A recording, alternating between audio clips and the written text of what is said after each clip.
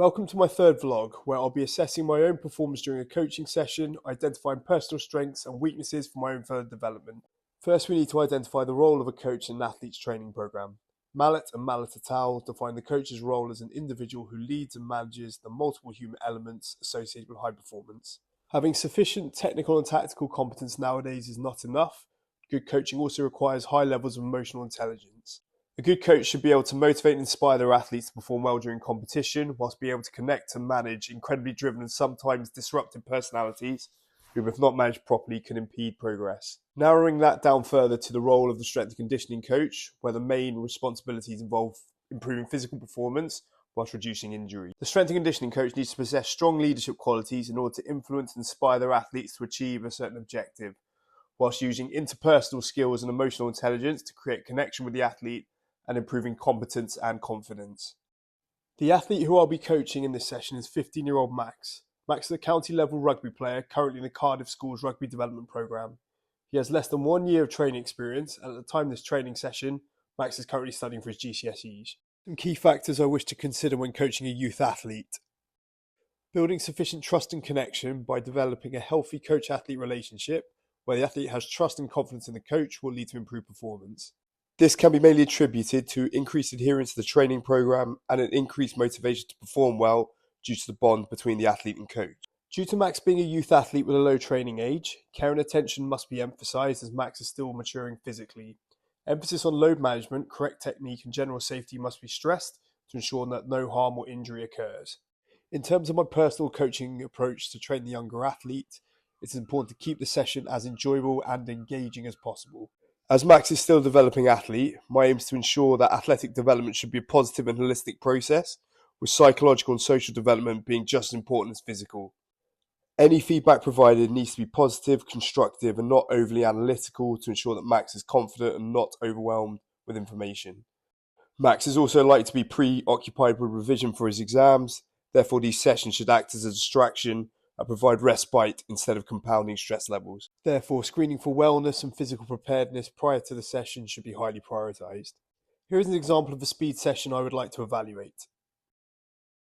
This is Max performing a 30-metre sprint as part of his speed session. During the performance of the sprint, Max is demonstrating a lot of tension through the upper body, which is evident by his clenched fists and shrugged shoulders. Sayers and McAdam et al. State that inefficient upper body mechanics have been proven to reduce stride rate and negate the counterbalance to the pelvic rotation when sprinting. On completion of the sprint, I call Max over and get him to review the footage of his sprint and ask him to evaluate his own performance before providing my own feedback. This is important. Through the use of guided discovery, I was able to get Max to retrospectively identify errors in his own performance. Asad and Ahmed state that the use of guided discovery allows learners to engage with the learning process, providing an element of autonomy whilst improving their understanding of the taught skill. The questions I ask would involve how did the sprint feel, then prompt him to look at the footage and ask what does he think could be improved, before prompting him to further identify the technique breakdown in the upper body. Once Max identified that his upper body mechanics were at fault, I then provide him with a series of coaching cues, such as relax the shoulders, fingers pointed, and drive your elbows like pistons into your pockets to help improve Max's knowledge and performance. External feedback has been suggested to improve sprint performance when delivered between each effort. This was shown in 2019 in a study by Weekly et al. Using a group of semi-professional rugby players. The feedback in this study was provided using timing gates to assess performance. However, the implementation of verbal feedback could also act as a means to improve technical performance. Guide discovery can be an effective teaching method to involve the learner and get them to problem solve for themselves. However, with Max's low training age and limited understanding of the technical model of sprinting, guide discovery may not be the most suitable method delivering feedback. A more direct feedback method, where I tell the athlete explicitly any areas for improvement, might be more appropriate for the younger athlete, ensuring that any feedback delivered is positive and constructive to avoid disheartening and discouraging my athlete.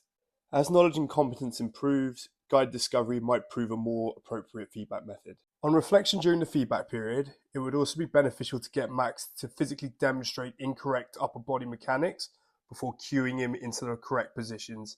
This I feel will be beneficial as it will give Max physical feedback on the optimal movement mechanics.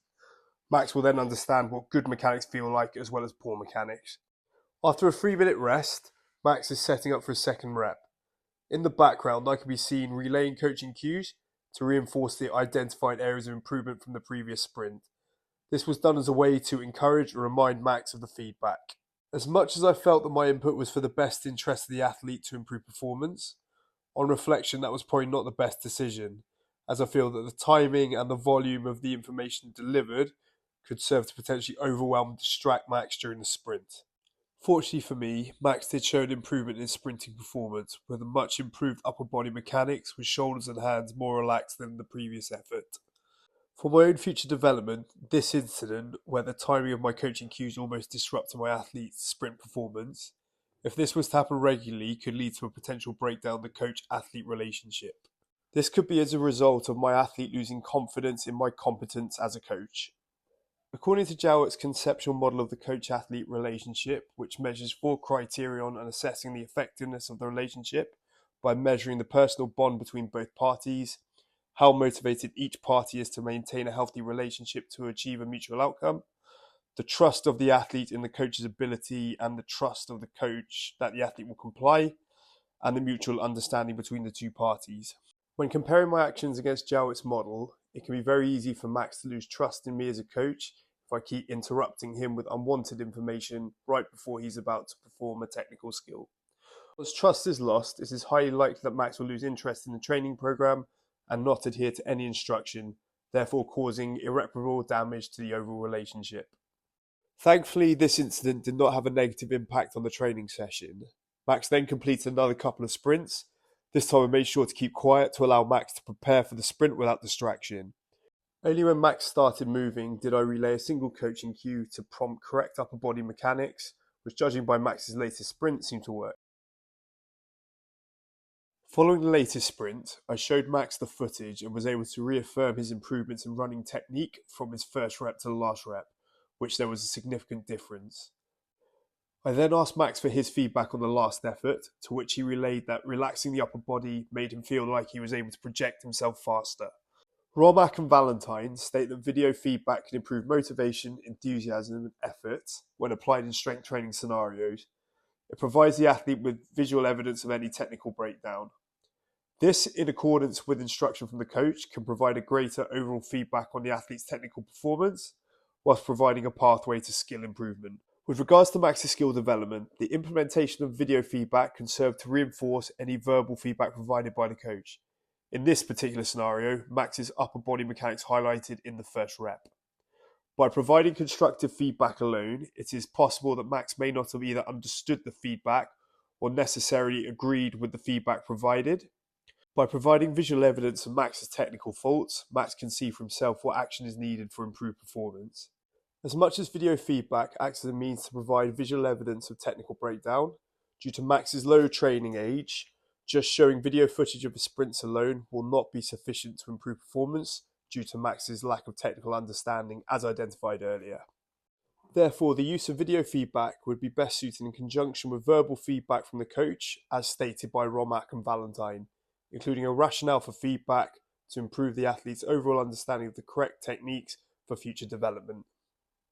Reflection, balancing technical and interpersonal skills is essential to ensure a healthy coach-athlete relationship. Technical knowledge alone will not suffice if your athlete doesn't trust you and is therefore unlikely to adhere to your training plan, as mentioned in Jowett's conceptual model and in the work by Mallet et al. With regard to this particular session, Max and I have been training together for nearly a year and, in my opinion, have developed a good relationship built on mutual respect and trust. The feedback strategies I utilised in this video I feel work well to improve Max's technical knowledge whilst keeping him engaged and motivated, particularly through the use of guided discovery, which allowed Max to analyse his own performance in accordance with the use of video feedback, which also provided Max with constant reinforcement on how his technique was improving rep by rep, as referenced in the work by Asad and Ahmed, and also Romack and Valentine. The timing of my coaching cues I feel was the main area for concern. Although this was not an issue at the time, had the same incident occurred with an athlete for whom I didn't have the same positive relationship, this could have led to the athlete losing trust and confidence in my abilities. In the future, I feel I need to be more precise when delivering coaching cues, as not to disturb my athlete's concentration. This, whilst keeping Max improving every session as he progresses through rugby development. Thank you for listening.